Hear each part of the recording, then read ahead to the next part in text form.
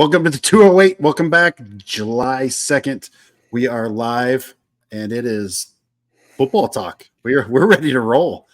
We have NFL West breakdown. We've got our bargain bag players and a whole lot of news, or really lack thereof. Starts right now.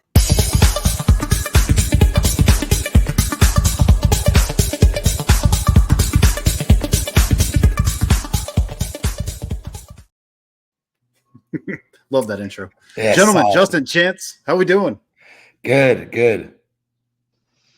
Just been painting all day, so glad to talk about football for the next hour or so.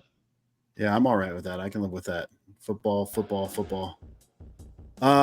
get a little background music on.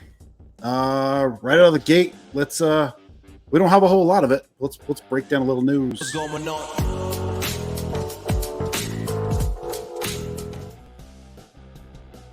Chance. Yeah, just a little news. Brandon Ayuk came out and said that actually he think he'd love to stay with the Niners. So I think we're going to get a lot of clarification here coming up on this whole Ayuk thing. It's kind of the center of the news right now. So he said he for sure wants to stay with the San Francisco 49ers this year for Adam Schefter. So yeah, not going to get paid, so I better stay. Yeah. Other than that, we didn't touch on this last week, but CeeDee Lamb said he's going to hold out unless he's paid unless he's at least the second highest paid wide receiver in the league. So there's a little CD drama too. All these dramatic wide receivers, man. They're prima donna wide receivers. It's always been that way. Yeah, Matt knows all about prima donna wide receivers, right? Is your boy a prima donna? He plays wide receiver. Yeah, he does. He's a wide receiver in college. No, he's not that much. He's pretty much a team player, but nice. He's not making $50 million a year either. So if he's making $50 million a year, I might be a prima donna too. I love that. So fun. Let's get into. That's it for the news. There's just not much. We're going to see a whole lot more coming up. Just so everyone knows, tonight's the premiere of of Hard Knocks off season with the Giants. So if you like to consume all your football content, go watch that. I know I'm going to turn it on as soon as we're done with this. Yeah, that's always fun. Hard Knocks, they do a good job with that stuff. I like watching it too.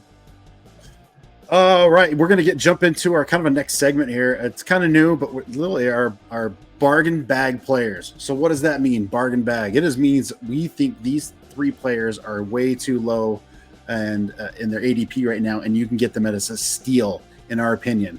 Now, we've each selected one, and we have not told each other who it is yet, and so we're going to debate this a little bit, so it should be fun. Justin, let's start off with you. Who is your bargain bag player?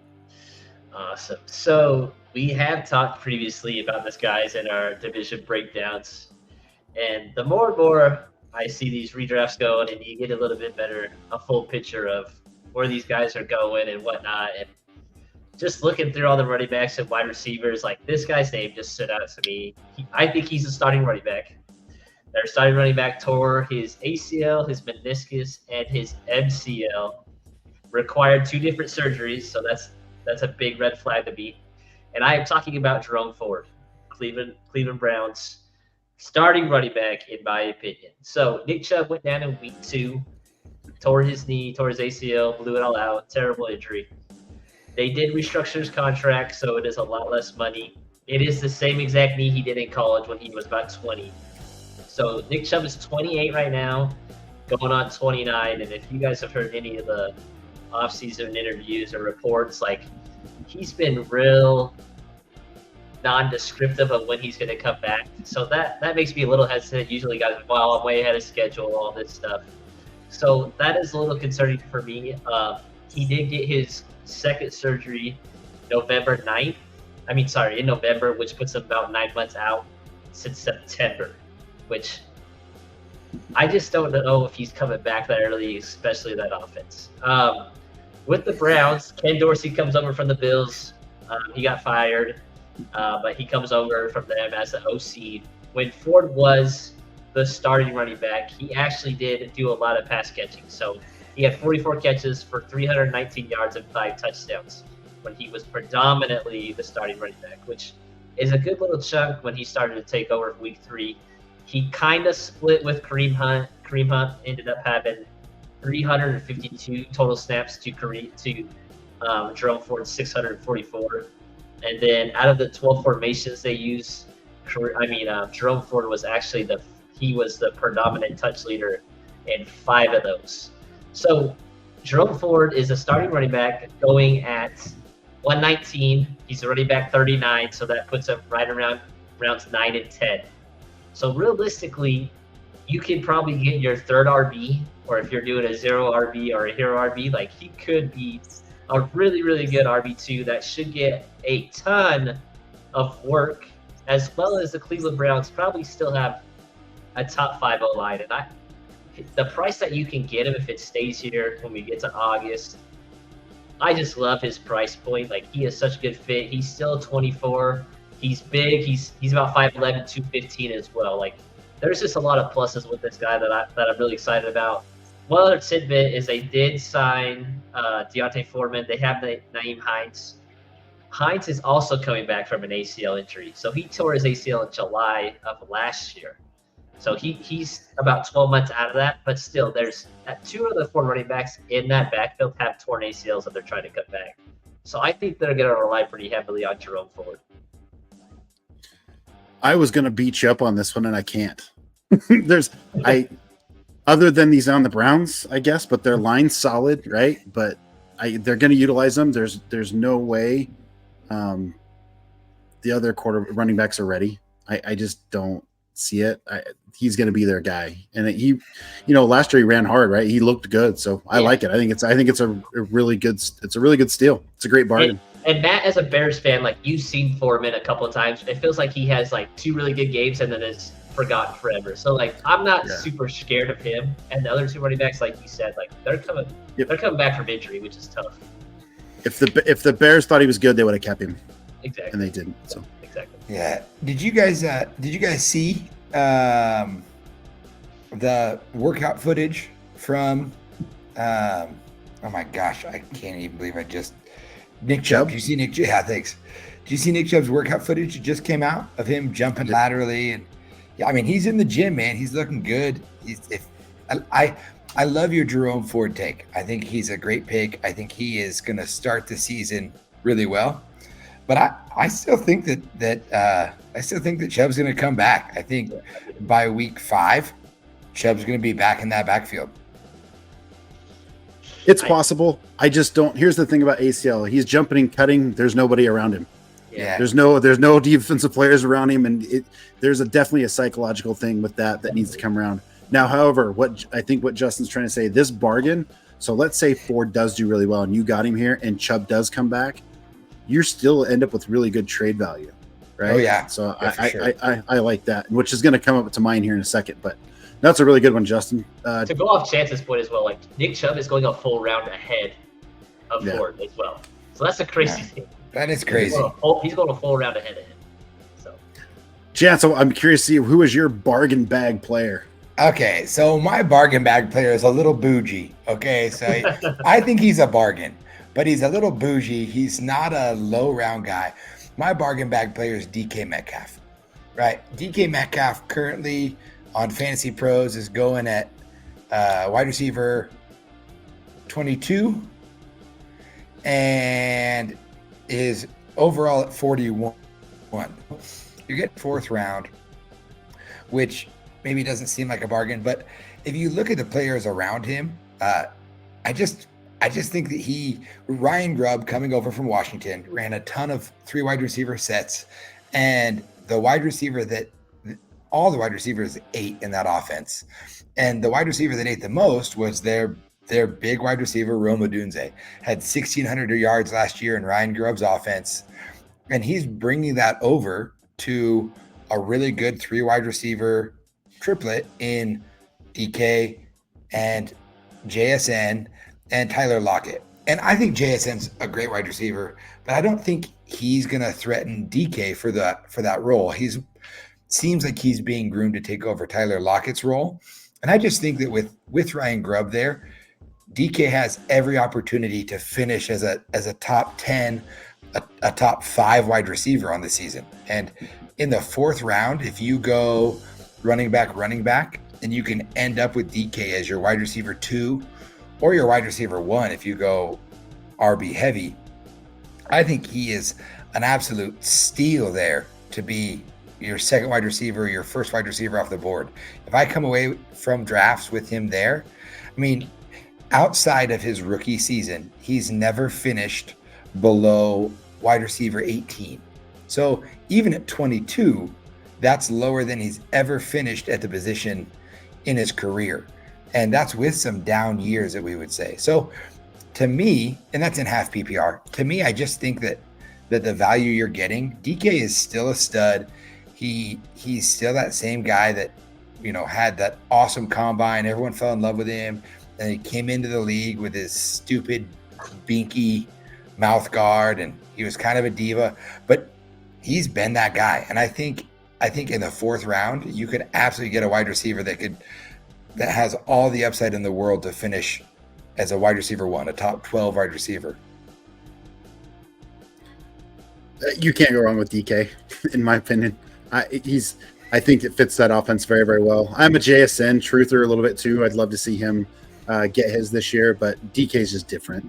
Yeah. And at that value, I agree with you. You're not going to go wrong taking DK, especially at that value. Matt loves the young guys. So two things devil advocate wise. I traded away DK this offseason, but I got AJ. I'm really happy about it. So the biggest thing with DK is, do you trust Geno Smith enough to make that offense be great, like my boy Michael Penix did? And like his target to reception is just weird. So he had 119 targets, but only caught 66 balls. So that it's just weird. He caught half his targets. Mm-hmm. Like that just seems kind of like a really weird outlier. Is that catchable balls? Is that drops? Like what is your feeling on that? Well, first I'll go with your Geno Smith, slander, which I'm okay with, man. I don't like Geno Smith. I think that he has benefited from coaching immensely. But even if Geno Smith doesn't pan out, the Seahawks went and got the Washington quarterback, Sam Howell. And Sam Howell, he reminds me a lot of Will Levis, man. He likes to just throw the ball.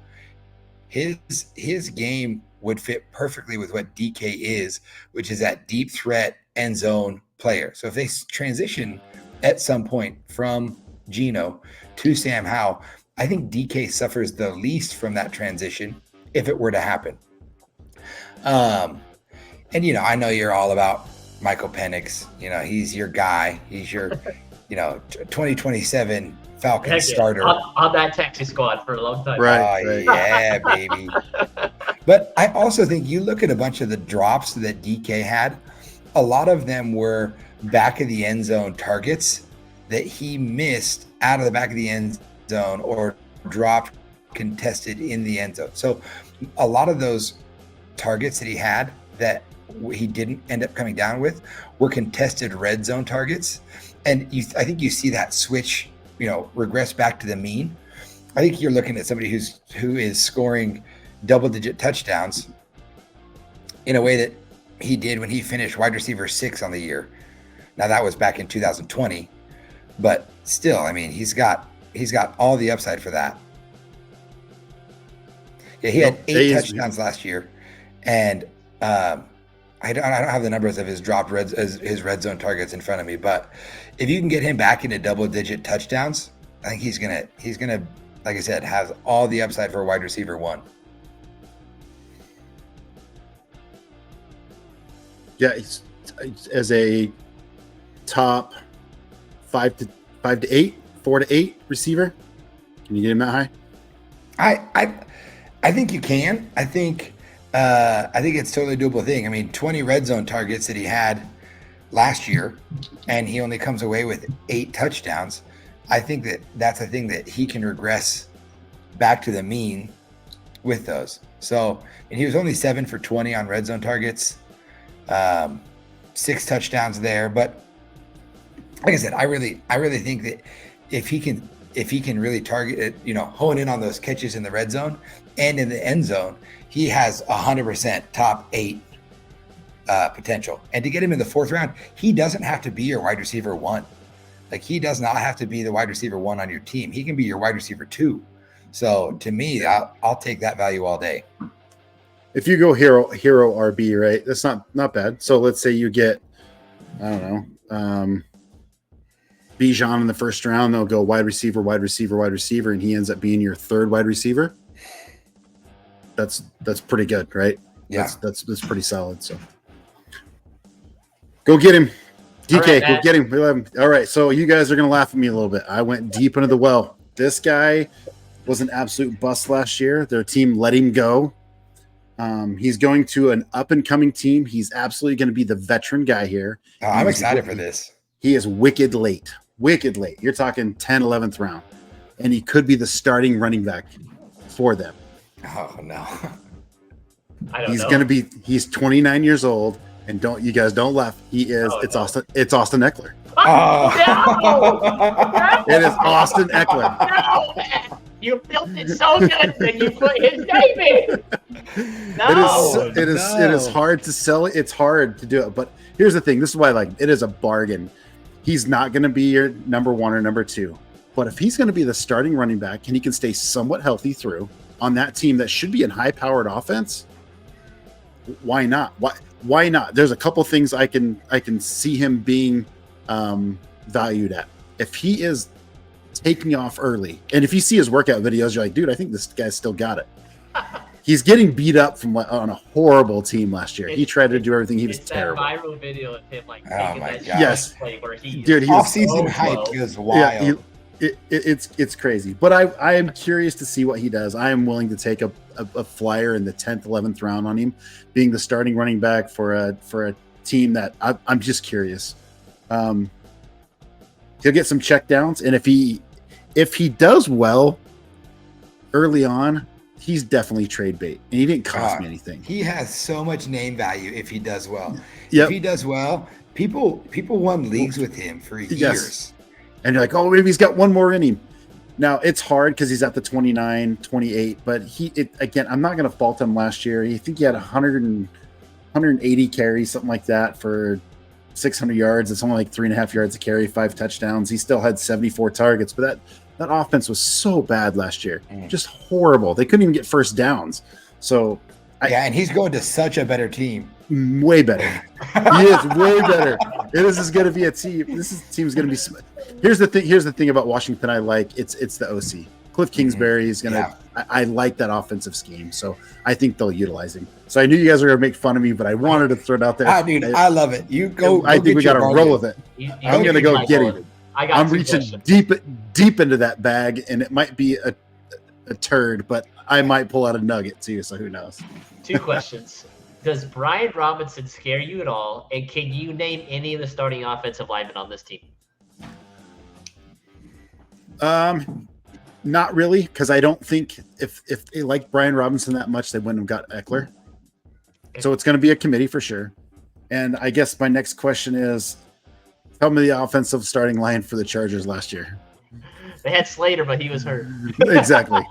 So I think it's kind of going, but it's the OC's better. I really like the OC. They'll find ways. Ooh, Kellen Moore shot there. I have learned for sure, if you're going to talk any fantasy with Lineberry, you better know the offensive line of whatever team you're talking about, because he'll quiz you on it.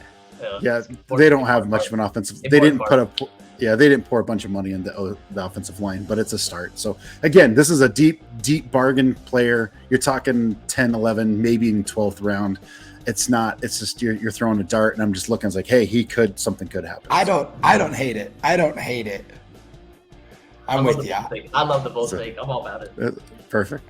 I've been trying to get B-Rob in a couple of leagues, but yeah, and that's not a bad pick either. I'm not sure where he's even going. I'd have to look. Who did you say? Actually, Brian Robinson, the other B. Robinson. Yeah, I'd have to look. I don't know where he might even be going ahead of Eckler. No, I don't think I think he's going behind him. Anyway, I digress. Moving on to the next segment. We're going to jump right into our meat and potatoes of the show. We spent a lot of time on that, a lot of fun with our bargain bags. But we're going to jump right into our AFC West breakdown. And we did the breakdown yesterday. Meat and potatoes. we're going to get right into it. So we're going to start off with the Raiders. So again, this is very similar to what we did a couple of days ago. This is what we believe is the projected starters, according to ESPN and their nonsense.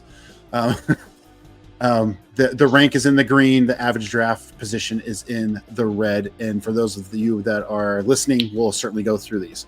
So Las Vegas Raiders, Justin, tell us what you know about them, what they got cooking, what's not cooking. All right. So 27th in total offense, 23rd in passing offense, 30th in rushing offense, and then 23rd in scoring. They're 55 pass to 44 run. They will run a heavy wide zone scheme, so that just means athletic linemen not pulling, but reaching to the left, and then that running back has to pick a spot and go. So they're going to count on Zamir White to hopefully read that correctly. Getsy was so that's their OC. He was with the Bears, so Matt probably has a lot more information offensive-wise, what he likes to run. So he's with the Bears with Fields the past 2 years. In the past 2 years, they were top 2 in rushing. I know Matt's shaking his head, but they were top 2 in rushing both years, mainly because Justin Fields likes to run the ball. But the same situation, is their quarterback going to be good enough to pass the ball? Aiden O'Connell to Justin Fields. I don't know who passes the ball better, I'll be honest. O-line is not great. Like, they have Colt Miller. That's about it, to be honest. Jackson Powers Johnson, who's from Oregon. I think he's a good addition. He's going to play guard. He played center in college. So transition-wise, I don't know how that will work out. And then skill-wise, I just don't know if they will get enough looks. I think that's my biggest scare point of why I don't love anybody in this offense. Yeah, let's roll down these a little bit. So you talked about Aiden O'Connell. Right now is ranked 35 and his ADP is 217. I don't know of anybody who's drafting him. If you're in a single QB league, it probably nobody. Superflex, maybe even doubtful. They did pick up Gardner Minshew back there. It would not surprise me if O'Connell. Minshew's the truth. I think Minshew takes this back. He takes his QB job. That's my bold take on the Raiders. Yeah, and we'll see. I mean, all it takes is Devontae Adams going, I'm not getting the ball. Yeah. And then all of a sudden Gardner Minshew's out there. So it takes on O'Connell, Justin. Yeah, I'm not touching him. He's probably on your waivers. Nah. No, thank you. Agreed. Moving to running back, Zamir White, and I put Alexander Madison on there, and we'll talk about him in a second. So Zamir White ranked 22, 76 overall. I do like him. I'm pretty high on him. I think at 76 is a bargain. I think they're going to be running the ball a lot in my mind. But Chance, your thoughts on Zamir? Yeah, I'm a big Zamir White fan. I mean, I think that he's a guy that if I go here RB, I'm super glad to pick him up as my RB2 later on. I mean, last year in half-point PPR from weeks 15 through 18, he finished with 16 fantasy points, 14.5, 13, and 12. I mean, super consistent. He had 200-yard games in that span. He was crushing it with touchdowns. Like, once Josh Jacobs went out, Zamir White picked up right where he left off. The coaching staff has been super high on him. He was good at Georgia. I mean, he was a good back at Georgia. He was a 5-star recruit, and he's absolutely he's just bided his time. And if you've seen pictures of him, the dude's huge. He's a monster of a man. So I think for where he is, he could be a league winner just because of the what they're going to do funneling him the ball, and kind of the opposite of what Lineberry said, where Lineberry says I don't see how they get the ball around so much. What I like about the Raiders is they don't have this embarrassment of riches in their playmakers. So who's going to get the ball. They're going to target Adams. They're going to feed their running back, which to me is Zamir White to start. And they're going to get the ball to their tight end. Like it's not like you have to guess week to week who's going to be getting the ball. Where it's going to go if they want to win, which makes it a little easier. It makes it nicer for them as a team when I'm drafting their players. No, agreed. Justin? Okay, so just to kind of put a crazy stat, so I have my big Google Sheets thing with formation wise and like the touch leader and the target leader. So Josh Jacobs and Devontae Adams are the leaders in each of those categories, except for one.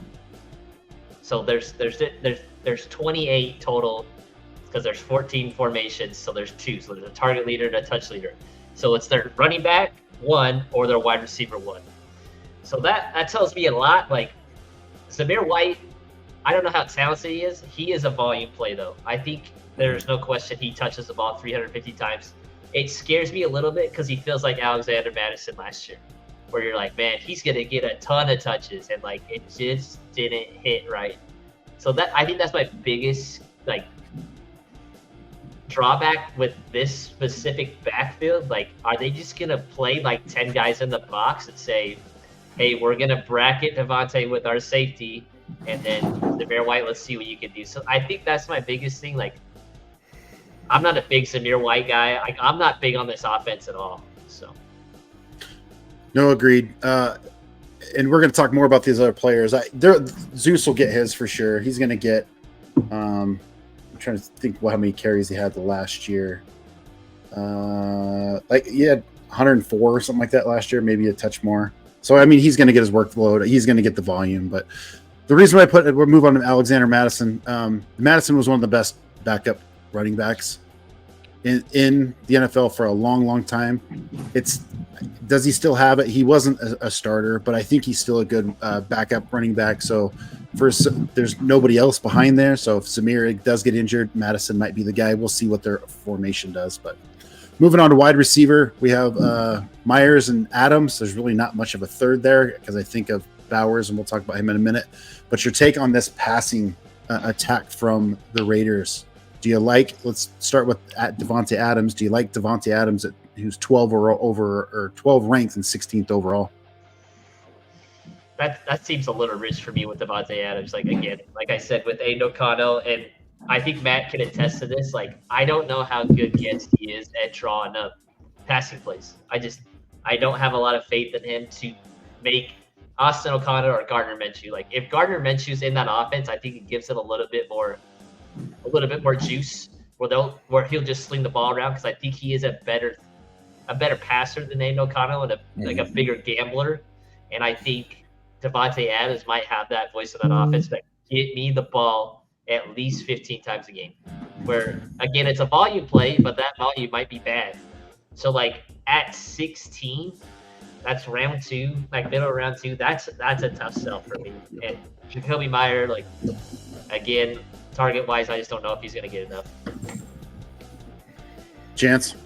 Yeah, I mean, I want to see if Devontae still has it. I mean, I think that I think he probably still does. I think he did a great job last year in that system with a quarterback that was pretty mediocre. And so for me, if Devontae Adams were to fall to me and be my wide receiver 1, I wouldn't be mad about it. Let's see, where did he finish last year? Last year he finished as the wide receiver 11 with 175 targets, 103 receptions. Like he's still 8 with Aiden O'Connell there last year. And at 31 years old, I don't think he is. I mean, he's right there on that age cliff, but receivers always last a little longer than running backs do. He's got to get straight to the Titans first before he falls off that cliff. That's true. That's true. He's not on the Titans, so he's still got some juice in it. I think the challenge is they're both volume. Myers had 101 targets last year, so you're talking nearly 300 targets just in that passing. Tight ends didn't get much because it was hold on a second. Michael Meyer, right? He really didn't factor like we thought he did. He only had 40 targets, so it was just those 3. And they were in game. I think they won a few games, and there was a lot of garbage time. But Bowers is interesting, right? Bowers coming out of Georgia, who everybody talks about what he did as a freshman and how he was an impact right away. So the question is, and I'm going to jump to Bowers on this real quick here, is he's ranked number 12th tight end overall as a rookie, 107th overall. will he be that guy who has immediate impact in this offense? If so, somebody's targets are going to come down, right? Part of me thinks that they're going to do a 2 tight end set, and Justin, I'm kind of leaning on you on this. I think Myers will still get playing time, but Bowers might be that kind of like the Bills from the Bills. Kincaid. He might fill that Kincaid role, right? Exactly. So he's going to get some targets too. I just don't know. I don't really trust the OC here, but thoughts on Bowers? What are your 107? So you're talking round 8, 9. So Matt, to go off your point, so their starting slot is Trey Tucker. I'll be honest, I don't know who that is. They have Michael Gallup too. So my thoughts is like they did run a lot of 11 personnel. They ran 11 personnel 58% of the time. It's a little bit different with Chicago. I think they'll run 11 personnel, but it will be 12 personnel, 2 tight ends, 2 wide receivers. But I think Bowers will just play slot a lot, and they will just use those 2 tight ends to help with the run game, as well as to come off passing with it. I think that's what they'll do. That seems like the most smart thing to do. It felt like when the Raiders did pick Bowers, it was a little bit of a panic. They thought a quarterback was going to be there. That's just my thoughts of what happened, and they just said, we'll just pick the best player. So, again, Bowers being 12, like, we've talked about tight ends a lot the past couple of weeks, it feels like, and there's just so many good ones. And, like you said, I don't know where the volume's going to go, but Devontae Adams is going to command a bunch. And Matt already said Jacoby Myers had 101. So, again, it's a tough sell again on this offense for me, especially at the 12th overall tight end. Chance, you taking Bowers in the 9th round, 10th round? I mean, he is literally the last tight end that I would want to take of the top 12. Like, I look at Fantasy Pros and all the tight ends underneath him. Dallas Goedert, Dalton Schultz, Pat Freiermuth, Cole Kmet, Taysom Hill, Luke Musgrave, Hunter Henry. Like, I think he has more upside than all of those guys. He's going behind David Njoku and TJ Hawkinson and Jake Ferguson, who are all guys that I would rather have instead of him. I do think he is, they drafted him to be a weapon, and I think they're going to use him as a weapon. I feel like it always takes tight ends time to break out. It always does. Yes. And so I like his upside a lot, but I'm hoping I get a tight end before I have to make that choice on him. Yeah. So, and let's be clear. So there's 2 things that I'll bring up. One, Bowers is only 21 years old. So it usually takes till age 25 for them to break out. I believe he'll break out sooner than that. And 2, remember, this is redraft. In Dynasty, we would have taken him a long time ago, right? So get Bowers on your Dynasty rosters. But as in redraft, I don't know. I think maybe as a tight end 2, he's kind of that tight end 2, maybe bottom tight end 1.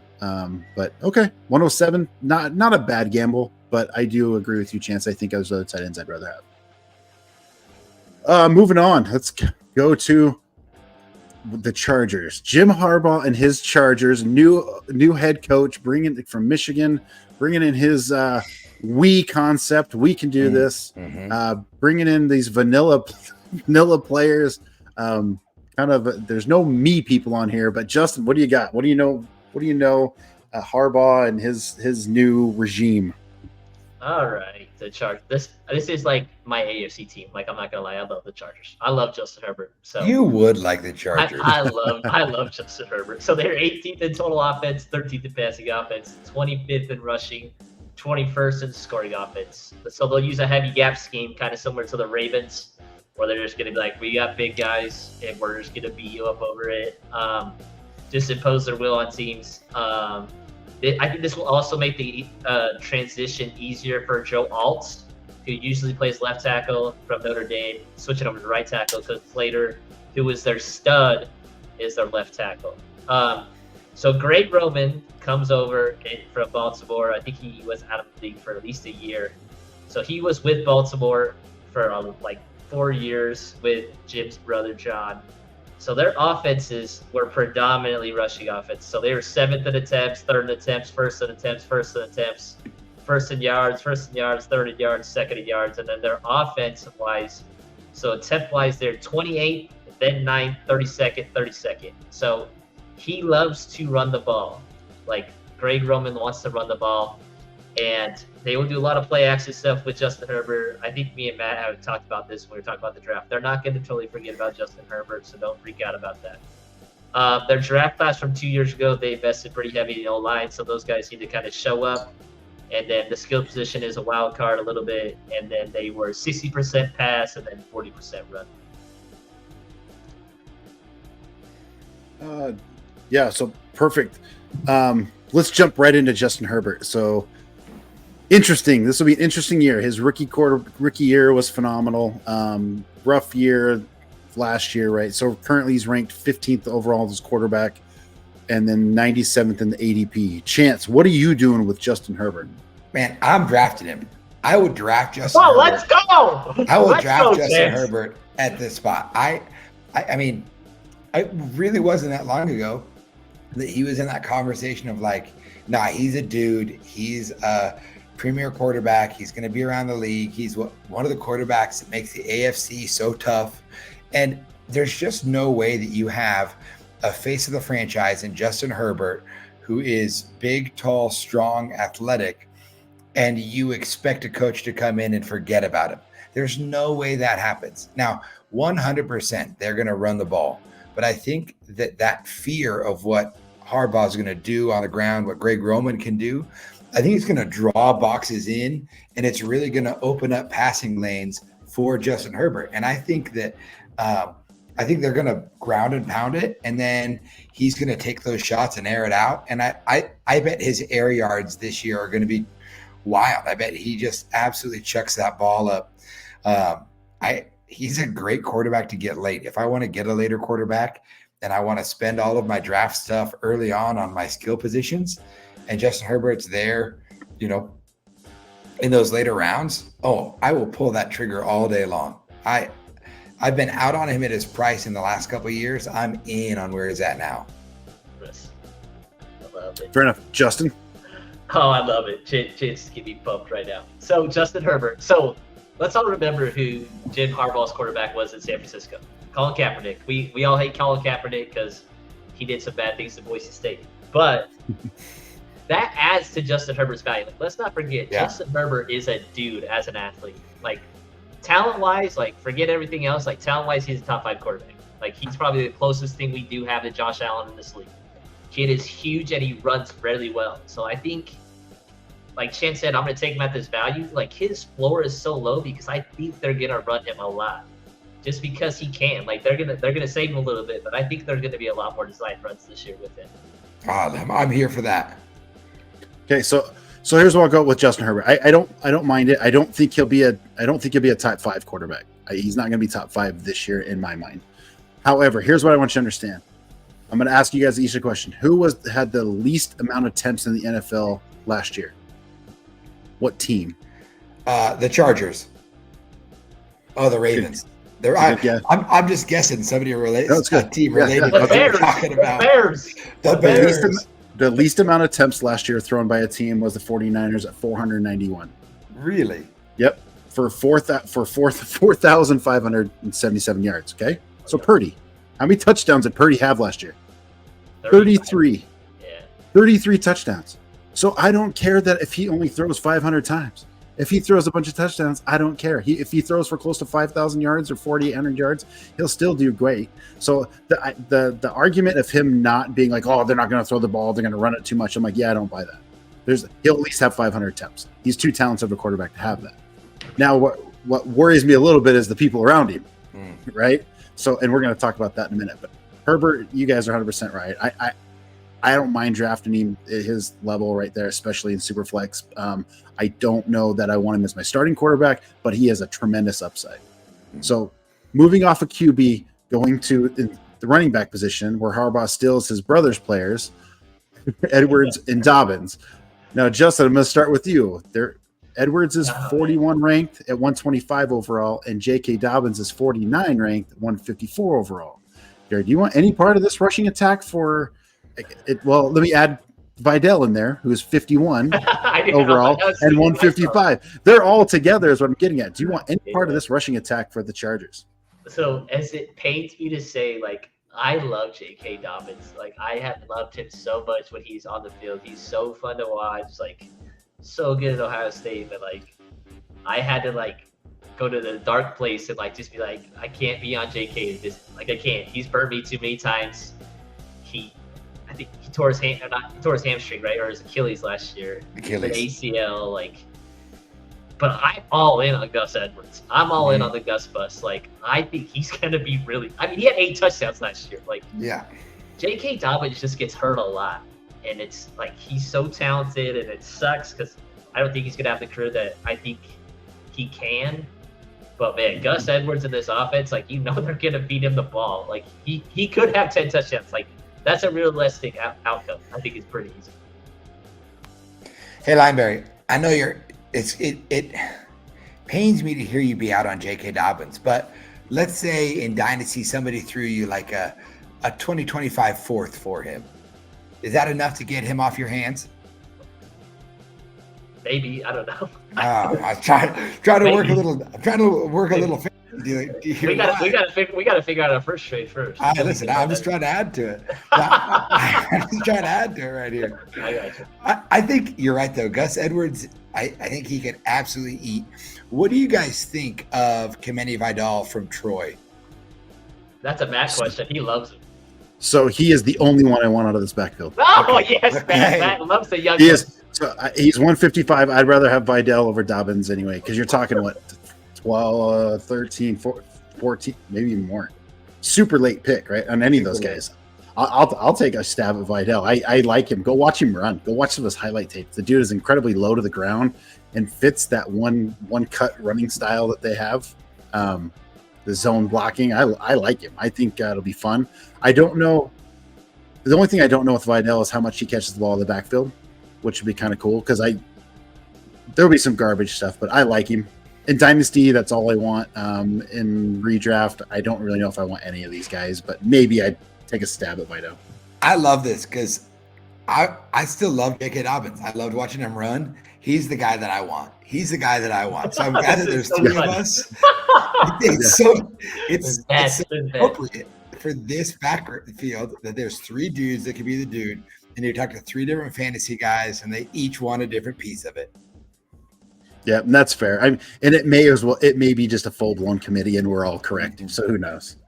Moving on to wide receiver, Quentin Johnston, Lad McConkey, right, and Palmer.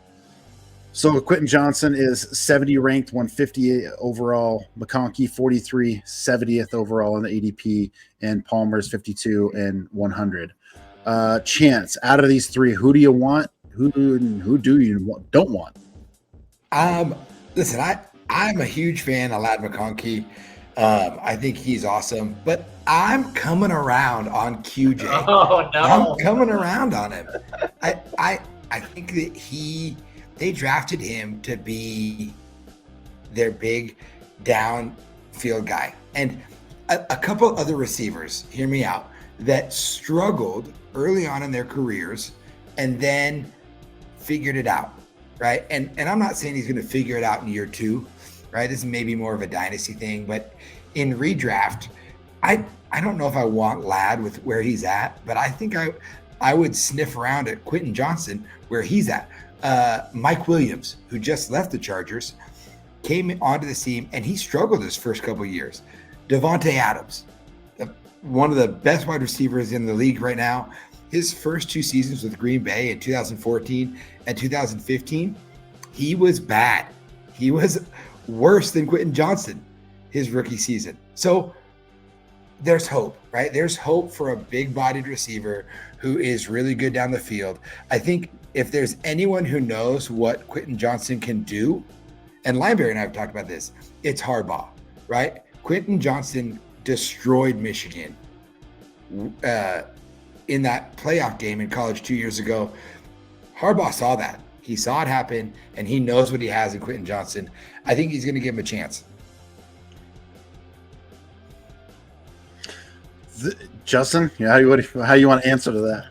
So yeah, Chance hit a lot of my points. Like, sorry, my bad. No, you're good. No, you're good. That's what I want you to hit. So I just want to talk about how I think they're going to use him. So I think I was going to pick Lad as my bargain guy because I just think he's going to be the one. So this is how I think their offense is going to play out. So Josh Palmer is going to be their status quo X. So he's going to be their guy that goes down the field, just their speedster. Ladd's going to hang out in the slot because I don't think they're going to use Hayden Hurst a lot, and we'll get to that. I think he's just going to run a lot of stuff, own anywhere from 5 to 15. He's just going to own those zones. I think Quentin Johnson's going to be their Z. They're going to motion him a lot. They're going to screen him a lot. They're going to give him touches. The easiest touches, manufactured touches. He's a satellite player, whatever you want to call it. He's a get me the ball, Cordell Patterson type wide receiver where he is really good with the balls in his hands. Now, getting the ball into his hands seems like it's kind of tough because he just drops balls a lot. I think he will figure that out. I think, like Chance said, we've had a bunch of conversations about QJ. You're not going to get, in Dynasty at least, you're not going to get a good enough price for him to sell him off. So just sit on him for a year with John Harbaugh, who has had very successful wide receivers and has had success in the NFL. So I love Ladd. Like, he's a little pricey, but like I really think he's going to be the one. So I know we want to get to tight end, but there's not a lot to get to. So I'm just no offense, Hayden Hurst, but do you guys have any interest at all? We don't have him on here. Any interest in Brennan Rice? So I was going to talk about that. I was actually going to bring that up. Yeah. Good. Go get it, Matt. Yeah. And because there's more to this than just Rice. So Quentin Johnson, Justin's 100% right. He is my get the ball in his hands, a little bubble, a little slant route, a little out route, let him work his magic. Forget him trying to go downfield, catch the ball because he can't do it. I don't see him doing it even in the next few years. That's just not his thing. He's not good at it. Doesn't extend his hands, wants to catch with the body. McConkey's that slant guy, possession guy, get the ball, quick routes, get it right. Palmer's the most veteran receiver on this team who probably lead the way early. So I do like Palmer. He's only 24 years old, so he's still young. Really? But he's young. He's young, but he's been injured, right? So, Chance, you hit right at. I'm not really sure where I want to go with this whole thing because there's a few other players that intrigue me a ton. Brendan Rice is one of them. He's got the pedigree. He looked really good at USC. Can he find his way in this mix? Harbaugh also drafted a wide receiver out of Michigan, Cornelius Johnson. Okay. So I was like, okay, well, wait a minute. Like, now I'm not sure. There's another kid, and I'm going to throw in Pops just because my kid played with him. But Leon Johnson, second, 6'5", who is that Mike Williams role. The dude can run, and he's got big hands. He has a super, super big flyer, but I don't know. I really don't know if any of these wide receivers are going to be the guy. It might be a hodgepodge mismatch, whatever. I think Palmer leads the way, and McConkey and Johnson are in there, and we start seeing some sprinkles of other guys coming in and maybe certain packages. But it's tough. I don't mind it at all, but this wide receiver group is tough. This wide receiver group is why you need to smash the follow button on this podcast and 100%. Tune in, because we are going to be listening to this stuff. We're going to be bought in. Matt, what was the name of the last wide receiver you said that played with River? Yeah, Leon Johnson III. Leon Johnson III. Oh, yep. hell 6'5", runs like a 4.4, 4.3. He's just one of those guys. He was a D3 player that made his way to Oklahoma State, and now has found his way to the Chargers. So I got to put his plug in for him. So. Oh, I love it. Plug that. So anyway, just like one point, like this room feels kind of like the Ravens, where you're probably going to be frustrated. Like, is it a Zay Flowers week? Is it a Rashad Bateman week? Is it an Odell week? Like, you were just frustrated with those wide receivers. Or they all get 4 catches for 30 yards, right? And then it's like, well, the running backs all get like 10 carries. You're like, what is going on? So we'll see. More to come with the Chargers for sure. The last thing to kind of touch on here is tight ends. Guys, I didn't know what to do with the tight ends because there's a few. Harbaugh is not a big tight end guy. He likes the blocking tight ends. Yeah, and he'll throw to him because we saw that. Will Disley? That's who I think is going to start is Disley. Yeah, he's got the Colston Loveland that he got to, the opportunity. Who was an Idaho kid. Shout out to him as well. Mm-hmm. But with Hayden Hurst, they got Will Disley. They got Donald Parham, who's like 6'8". Dude, Parham's the guy. I don't know what they're going to do with them, but Parham seems to be that receiving guy. So I don't know. So I'm probably staying away from all tight ends with the Chargers because I just don't know. Hurst here is 38 ranked overall and 255. I just don't want any business with the tight ends. How about you guys? Nope.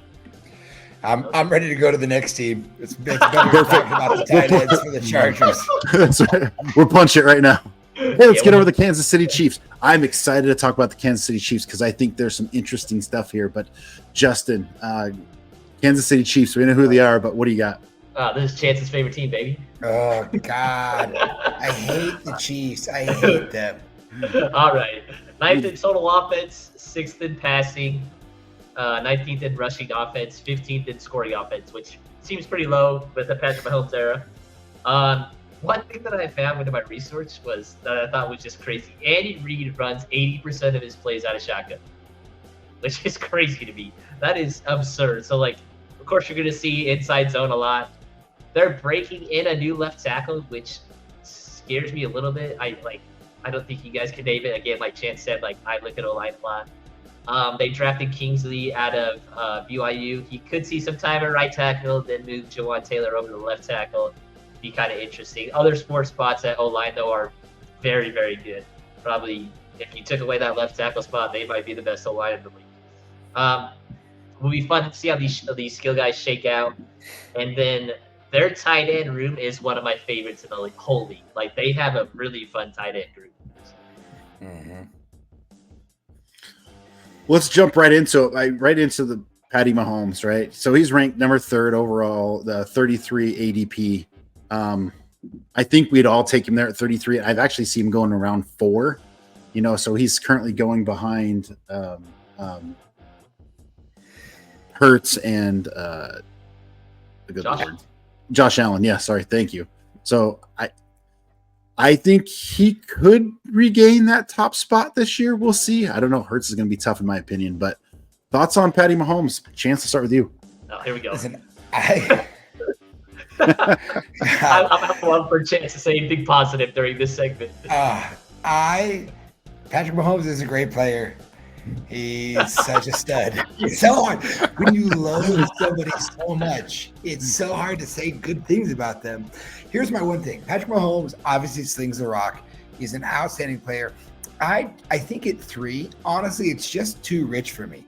Mahomes has never had that, and he's always really sneaky on the ground. He always ends up with more rushing yards than you think he would because he's such a proficient pocket passer. Well, and a proficient out-of-pocket passer, whatever. But I just think that his lack of rushing upside, to me, I would rather take a guy a little lower than that who has more rushing upside than Patrick Mahomes. Like, I'm going to go as far down looking at this as like, I'd give me Kyler Murray. Kyler Murray's rushing upside is huge, and I don't have to spend a 3rd-round pick on it. Where I understand you're going to get a lot of those touchdowns on the ground through Josh Allen and Jalen Hurts and Lamar Jackson. But yeah, for me, the only reason why I'm typically a pass on Patrick Mahomes is his ADP is too high for me without that rushing upside. Justin? I agree with everything Chance said. He's definitely a name guy, like Austin Eckler. Like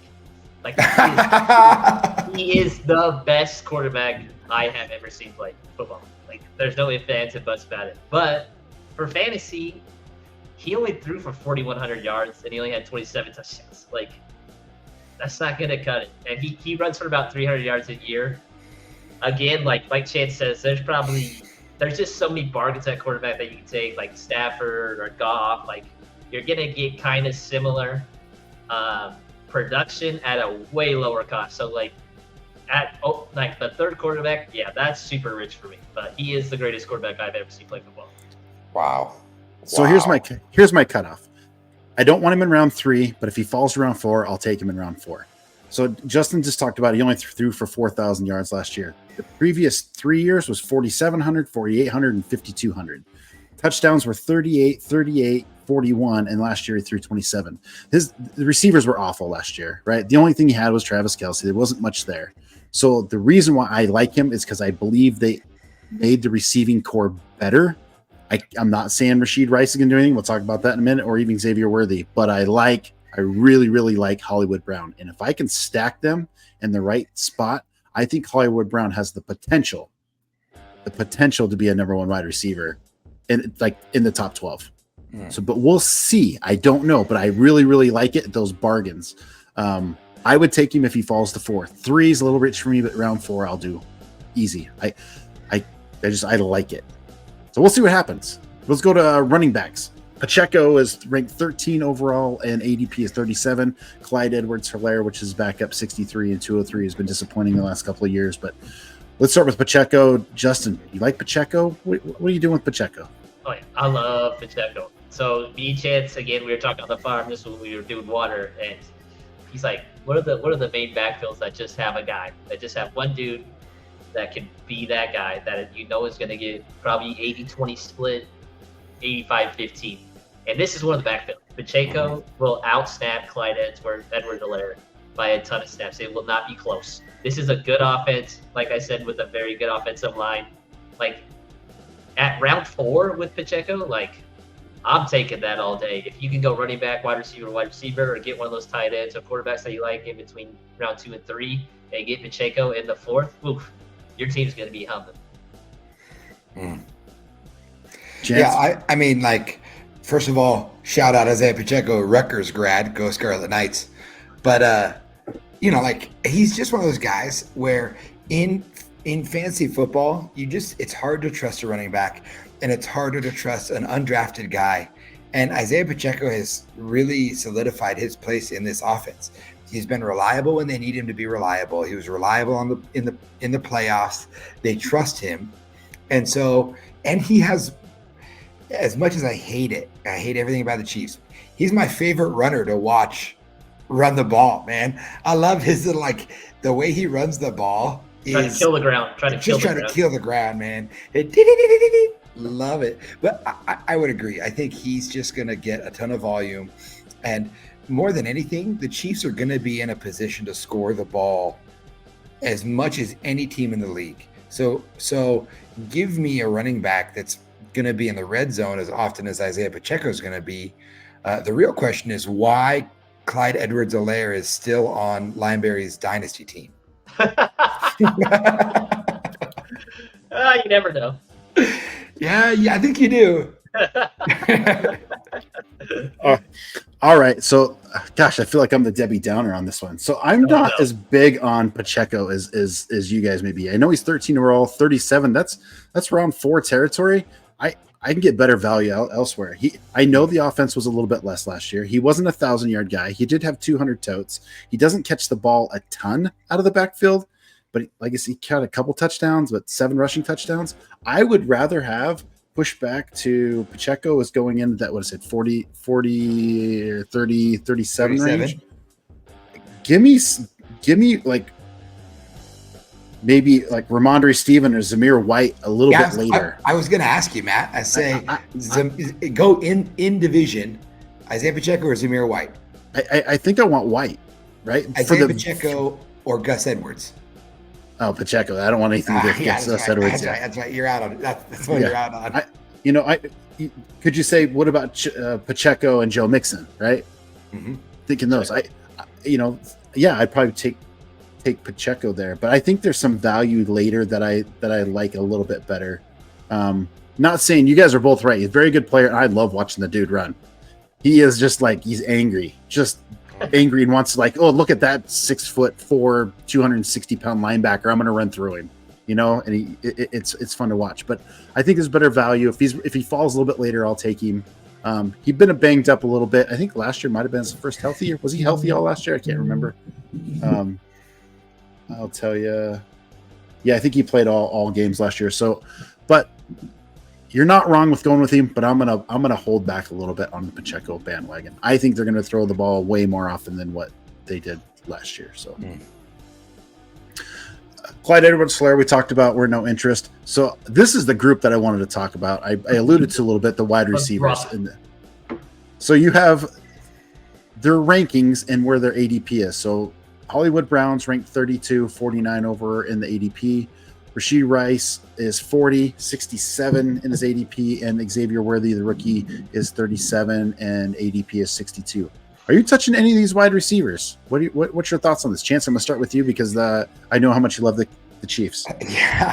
Yeah. Listen, the Chiefs can't draft good wide receivers. So they had to go out and get a good one in Marquise Brown, right? Oh, here we go. So like, I think I would agree with you, Matt. Like, I'm all in on Marquise Brown. I think he's me a stud. I worked real hard last year to try to get him on my dynasty team, and then and that was when he was with the Cardinals. And when he went to the Chiefs, I was pumped. I did leverage him to get Marvin Harrison Jr. in dynasty, which I thought was an upgrade. But I still am like, I think he's going to be a great addition. I think he's going to be Patty Mahomes' second best friend behind Kelsey. The Rashee Rice stuff, I just don't know. I wouldn't be mad drafting him if he were to fall a little bit, just for what he could be at the end of the season. We don't have any updates on what his penalty or punishment with the league is, do we? Not at this point. I just know that Texas doesn't mess around. Mm-hmm. Their legal system in Texas, it feels like they're going to make an example out of him. But that's my thoughts on him. I will have zero absolutely negative shares of Rashee Rice. Even in Dynasty, I don't. Maybe he'll prove me wrong. I think that's great if he does, but I don't want anything to do with him. I'll save Xavier Worthy for his biggest fan. There you go. Exactly. I knew we were all going to pick different guys here because Chance is a Marquise Brown guy, and he's talked to me a million times about him. Xavier Worthy, like he won me over. Like when I watched this film and I said, oh, this guy's different. Like you think of like tiny guys, it's just speedsters. I thought he was Brian Thomas when I was watching this film. Oh my gosh. He's gonna run a slant and a go, and I'm just like, I watched his game against Alabama. Holy crap, he was cooking Alabama. Like they took him in the first. Like Chance is very right. The Chiefs don't know how to draft wide receivers, but they also have the best quarterback in the league. So I'm gonna bet a little bit on Patrick Mahomes, hopefully turning Xavier Worthy into Tyreek 2.0. That is my hope. Yeah. They said they're gonna throw the ball deeper. Like they're gonna take more shots. I don't think Rashee Rice is like, I've been burned so many times by guys that are gonna be out for this many weeks. Just avoid them. Don't count on them. They're a wasted spot on your roster. Do not draft him. He will get suspended. Marquise Brown, I think, like Matt said with the Chargers, I think he'll lead the way for the first 4 to 6 weeks. And then I think Xavier Worthy will take off. All right, so I'm going to give you a list of just some names here. Kadarius Toney, Justin Ross, Mecole Hardman. Do I need to keep going? You go down. What Andy Reid's looking for is he's looking for the next Deshaun Jackson, right? Because that dude could just flat out fly. He could ball. Maybe Xavier Worthy's that guy, but he's missed so far. His batting average is horrible. Part of me thinks Xavier Worthy will just be a kick return guy with the new kickoff rules and with that speed and just try to get as many yards as possible to shorten the field. I don't know. I'm not sold on him. I don't want either one of these wide receivers in redraft. Maybe dynasty with Worthy, but Marquise Brown is my guy. I really do think he could be a top 12 wide receiver this year. But that's just my thoughts. Nice. Kelsey, I think we know what Kelsey is. So he has been just balled out. Even we've been so spoiled with that guy. We were complaining last year because let me look at some stats real quick. We were complaining like, oh man, he really wasn't that good last year. I was like, he still did all right. He had 121 targets, 93 receptions for nearly 1,000 yards and 5 touchdowns. That's pretty good for an average tight end. We were just used to the 10 and 12 touchdowns and 1,300 yards, exactly. Right? We got spoiled. But my question here is for you two. He is number 2 in 35 overall, so that puts him close to round 3. Do you want to draft Kelsey at number 2 tight end? Just I all right, Chance, you go. You're ready. Chance is ready to talk about the Chiefs. It's just boyfriend, baby. Oh yeah, T Swift's boyfriend. Only thing he's got going on for him. Swifty for life, baby. No, I think that we've talked about this on our last pod, that tight end is really coming around. As a position, it's coming around. There are 12 to 15 guys that I would look at that I'd say I wouldn't be mad to have them on my team, and that applies to Travis Kelsey. Now, who's tight end 1 right now? It's got to be Laporta. It's got to be Laporta, right? Yeah, it's Laporta. I would take Laporta that high. Drew's high. I'd take high. Travis Kelsey, to me, I feel like with the tight ends that they have and the usage that he had last year, I just think they're trying to save him for moments that matter, because in moments that matter, he's the guy. I mean, he's always been the guy when it matters, and I think they're going to try to save him for that a little bit.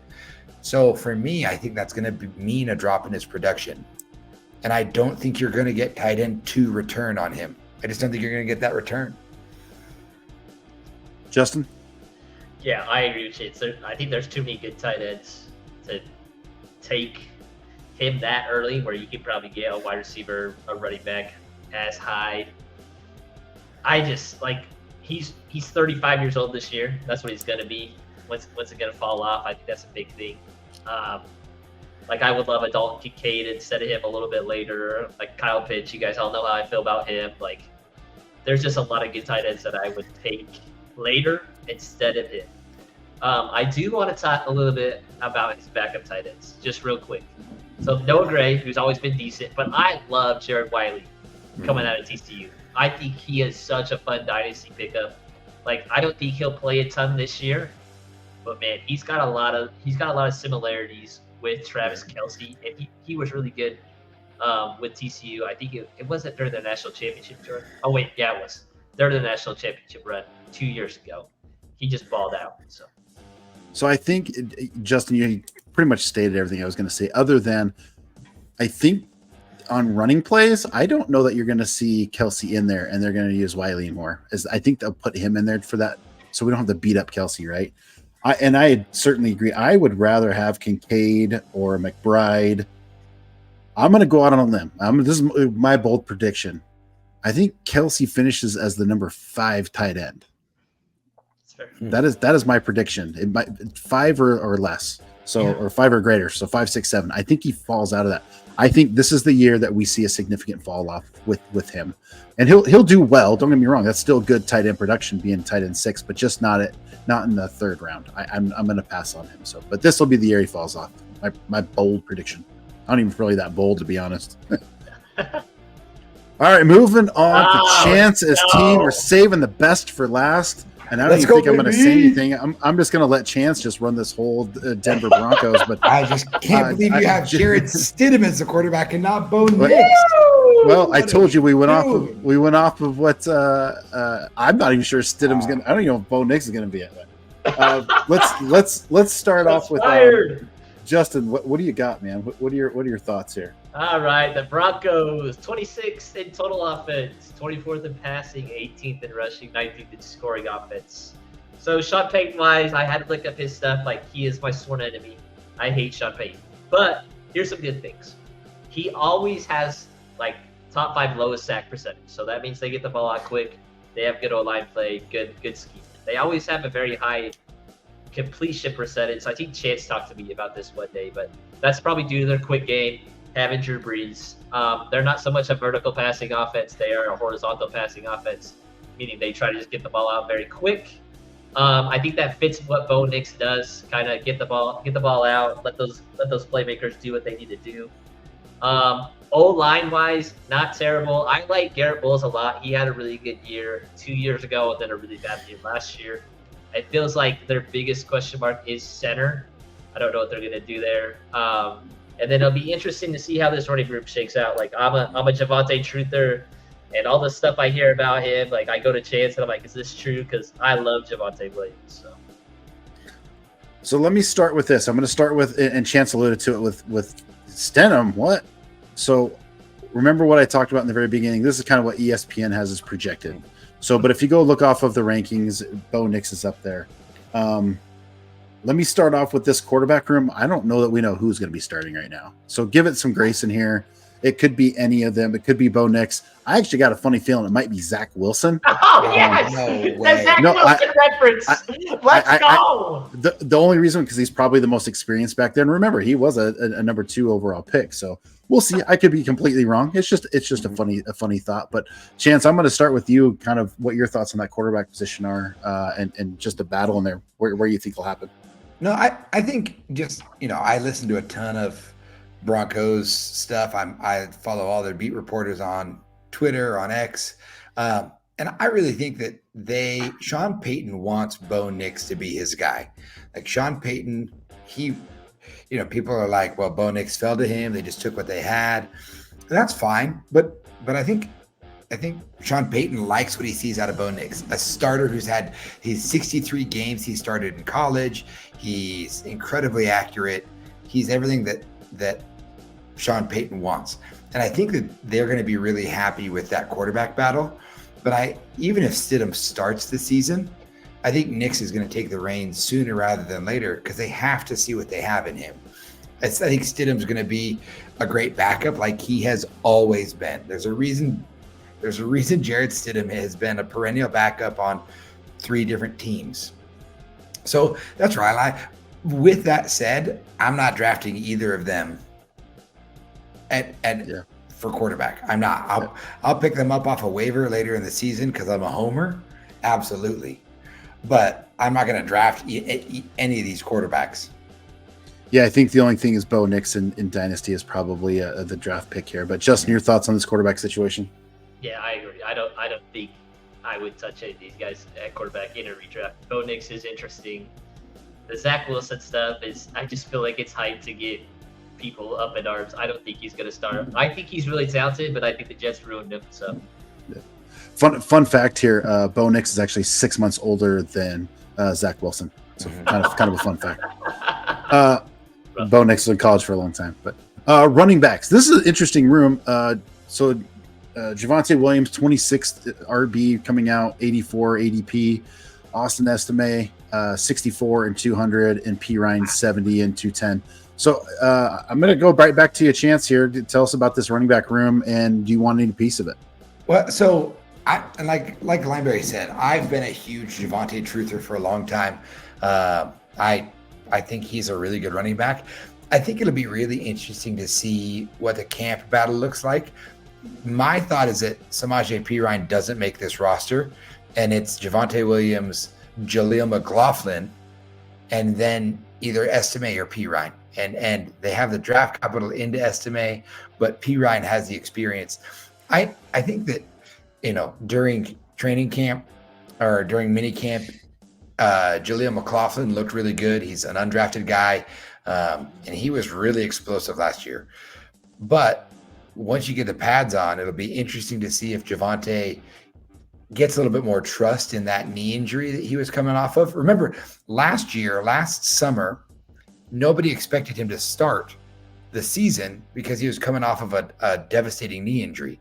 And he started the season to the surprise of everyone, and then still struggled with coming back from those injuries. So it'll be really interesting to see how he does 2 years removed. And Sean Payton loves to throw to his backs. He loves to throw to his backfield. So whoever ends up being the leader in this backfield in PPR, I think they're gonna be of real value for where they're being drafted right now. Justin? So I love Javonte. I'm real scared that I put some bad juju on him and he's going to be J.K. Dobbins 2.0. It scares me. Tough. Just a really talented person. Chance, there's one more running back, right? That's a rookie. Yep. Blake Watson. And they've gassed him up quite a bit. Oh, yeah. Yeah, Blake Watson is a running back out of Memphis, converted wide receiver, like every Memphis running back. And he's gotten a ton of hype, but it's going to be really interesting to see if they carry 3 or 4 running backs onto this roster, especially because Sean Payton's always been a tight end guy. They have a tight end in Michael Burton that they're going to keep on the roster. So I just don't know if you keep 4 running backs, or if one of them ends up, maybe they cut P Ryan and he ends up on the Cowboys, or he ends up somewhere else, or Yeah. I think Javonte makes the roster. All of that fluff stuff of him maybe being cut, I don't see any stock in that rumor. No, it doesn't make sense. He's a second-round pick, which they don't make a lot of money. I don't think P Ryan makes this roster because I think Estime is his replacement. I love Javonte. At 84, it's not terrible value. I don't think. He was just so good as a rookie year. I think people forget. And their O-line, I think, is a little underrated. Garrett Bowles was really good 2 years ago. Mike McGlinchey is solid as heck. Quinn Miners might be the best guard in football. Very good. The only guy that I didn't recognize, like Ben Powers has always been decent, is their center. I don't know who that is. So their center was Bo Nix's center last year at Oregon. I can't think of his name. Is it Alex Forsyth? It is Forsyth. It's okay, Alex so Forsyth. He's listed as third on their depth chart in ESPN, as Matt has alluded to. But I like Javonte at the value. I don't really like anybody else. So here's my take on this. I like Javonte, but I think he's done. I don't know that he ever gets back to where he was. That knee injury was pretty devastating. I know, pretty devastating. Yeah, we'll see. And I could be completely wrong. Maybe he regains form. I just don't know that I see it. It wasn't a normal knee injury. There was a lot in there, but maybe. I agree with you guys. Samaje Perine is probably out. As much as I like him, he'll probably end up on a different team, and they just kind of go with youth. McLaughlin's only 187 pounds, so he's not real big. He's going to be your he's not real big. He's probably your third down guy a little bit, but I love Audric. I love Audric Estime, 5'11", 220 something. He's not as talented, but I'm looking for, you guys alluded to this, I'm looking for the Thunder Lightning combo. I am looking for that Reggie Bush and Mark Ingram. Ingram. I thought you were going to say Lendell White. Go back to you. No, not the far. Ingram. I'm looking for that combo because that's where Sean White had, right? I think that's kind of what he wants. He wants that running back. Payton wants that. Yeah, Sean Payton. Yeah, smash and dash. If Javonte is not that guy, it'll be Audric Estime and McLaughlin in my mind will be that third down back. That's what I have in my head. I might be completely wrong and way off on this, but to your delight, Chance, I think there's a lot to work with in this running back room. There's a lot of talent. It's the most talented. It's the most talented running back room we've had there in a long time. So it looks good. Now going on drafting them, I'm probably not touching anybody out of here. It's too hard for me. The whole offense is kind of rough, but I could be wrong for sure. But all right, moving on. Wide receiver Sutton, Reynolds, and Mims is who we have on the board here. Sutton 49 overall, 88 ADP. Josh Reynolds is the new acquired, right? Is it Reynolds? Yep. Yeah. Josh Reynolds kind of coming over from Detroit, I believe. 99 ADP or 99 ranked and 241, and then the second year player Mims 80 and 179 ADP. Let's go right back to you. What do you like? There's a lot of rumors with Sutton wanting to get out of there, but what's your thoughts on this wide receiver room, and what do you like, what you don't like? Yeah, Sutton still wants to get a contract extension. That's totally fine. I think surprisingly, he had double-digit touchdowns last year from Russell Wilson. Like, he was not a bad wide receiver, and he made like 4 of the top 10 most impressive catches of the season last year. Like, he was absolutely killing it. He's really that guy. I'll be interested to see what Marvin Mims is, if he's going to be a kickoff return specialist with the new kickoff rules or whatnot. 2 guys that you don't have on here that I'm also interested in would be Franklin, who the Broncos drafted, who played with Bo Nix, and then also Patrick. Tim, thank you. I was like, Josh, Steve, some real boring name. He's coming off an ACL tear, right? Tim Patrick. Yeah, again. Again. And Tim Patrick, he gets hurt. He just gets hurt. But when he's on the field, he's super reliable.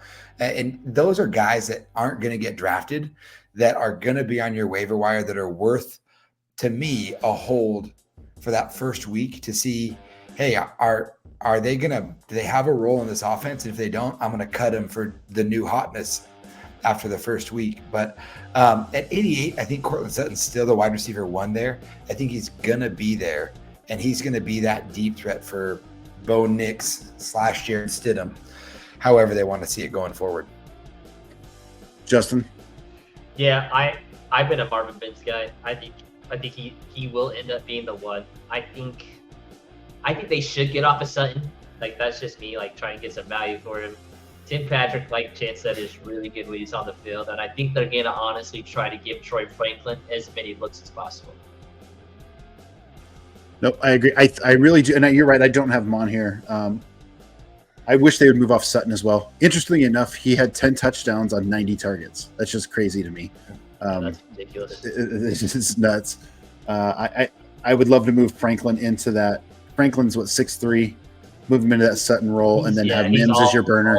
All legs. All legs. Let him go. But the problem is I run into with the wide receivers is the quarterbacks make wide receivers, and I'm just not sure what we got yet. Probably, could I get behind Franklin super late or Mims super late? Yeah, but I really don't want to touch Sutton or Reynolds or anything like that. But fun stuff. Tight ends. This is another tough one because I really don't know who's gonna be it. And Chance is kind of enlightening us on this before the show, but they have Troutman, Dulcich, and is it the rookie Kroll? Is he rookie? He's not a rookie. He's okay. He's a fourth-year player. Lucas fourth Kroll. year. Yeah, I didn't know who it was, which is crazy. But tell us your thoughts here. Dulcich seems to be kind of the leading the way with 36 overall, 220 in the ADP. But again, I don't know. You tell us, Chance. Dulcich seems like they like their tight ends. Dulcich is a guy who, honestly, I wouldn't be surprised if they went out and found more tight end help. Come this, like they just go sign a guy. Troutman's a great blocking tight end, and he came over from New Orleans. He has a history with Sean Payton. Dulcich has been dealing with a hamstring injury since college, and he just continues to deal with it. Like he's been dealing with hamstrings. He came out into minicamp, suited up, ran a little bit, and then was immediately off the field dealing with that injury again. Lucas Kroll is the tight end that they have been having had run with their ones for most of minicamp, and he's just getting a lot of hype from beat reporters that he's the dude. Let's see, what's his size? He's 6'6", 260, and it's his only second year. Second year. Okay. He's 25 years old. Yeah, he's a big dude, man. He's a beast. He crushed the RAS score, the relative athletic score in the combine. He's an athletic freak. So it'll be interesting to see if he's worth a sniff late. He might be a guy you pick up off of waivers that ends up providing tight end value, but I don't know. Yeah. Justin, you want any of this tight end mess? No, just like some recency stuff. Like when we were talking about the AFC South, like Greg Dulcich is like, I was so excited for him, but he feels like Chig. Like, I feel like he had such a good year, then like nothing happened. Like he's not super big. Like he's 6'4". He's like an inch taller than Chig and about 8 pounds heavier at 6'4", 245. And like, I felt that they gassed him up so much, I think a year or two ago. And I was like, man, this guy's going to be a stud. And just nothing happened. So like, I'm out of the tight end room. So. And don't forget about Troutman is there as well, who came over with Sean Payton. He's a 6'5" guy, 253, 27 years old. Been in the league a little bit since 2020, but he's had some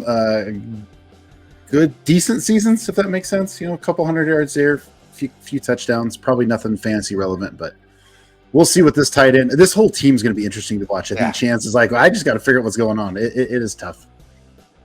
Lot of potential, but as far as for your fantasy team, I don't think any of that potential is what you're going to want to bank on. Now, I'm going to draft my obligatory Broncos player at some point in all of my drafts because I'm contractually obligated as a fan. Yep. Not all of my fantasy assets can be Bijan or Kyle Pitts or Drake London, so I don't have a whole team full of them. Denver's best player is on their defense, and he's really, really good at football. And I wish they would have traded to the Falcons, but it didn't happen. So it didn't happen. You and your Falcons. That's right. I'd say the same thing about my Bears. Hey, well, that's going to wrap it up for today. We got tons more content coming. We're going to do more breakdown.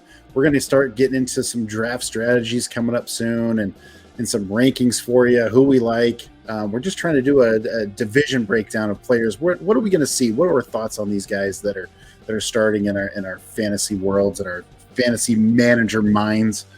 Final thoughts is just kind of going around the table here before we shove off for the night. Chance, start with you about this division. Listen, I think this is a division that, like, it's tough to decide what wide receivers are going to do. None of the teams have stud wide receivers. Very few of the teams have like a stud running back. But I think there's potential on all 4 of these teams at all of those positions. And late in drafts, I think these are 4 teams that I would take dart throws at because a running back, a wide receiver is going to pop from one of these from this division. And you just got to take those dart throws on them. Justin? I'm really excited to watch the Chargers offense. I think they're just going to be a fun offense to watch, especially with Harbaugh coming in to see what his stamp is on that team. So. Yeah, I agree. I mean, the only fantasy viable guys for me are coming out of the Kansas City, right? Those are ones you're going to be studs and trying to get a piece of those where you can. It'll be interesting to see what the Broncos are going to be, what the Raiders are going to be, and the Chargers. This is the Chiefs' division to lose, and then it's up in the air for the other three, right? So, I mean, it is what it is. But, yeah, I agree. Don't reach for your players if you can. Go out and get them when there's value. We talked about our bargain bags. If there's a guy that you think you need to get now because he's not going to fall to you next round, then go ahead and pick him up. But this division will be fun to watch, and not a lot of fantasy players, like we said, but it'll be definitely fun to watch. Well, gentlemen, that is the wrap for today. Where do we go? About an hour and 25 minutes. I think we just keep getting longer and longer. Oh, yeah. But it's so much fun. It's just Chet's talking about the Broncos too much. Sorry, guys. My bad. It's my bad this time. Well, we're going to wrap it up for this evening on this Tuesday, July 2nd. It's been a lot of fun. We'll be back Saturday, Sunday, somewhere in there with another divisional breakdown. I think we're moving on to the NFC. Is that correct? We're going to do Matt's division next. It'll be just as long next time then. Probably it'll be an hour and 20 minutes. So, all right, everyone, thanks for joining with us. Right. Remember to hit that like button, subscribe to us. We want you to win your leagues. It's all about the bragging rights for us. And from here on out, we are out of here, and see you on Sunday.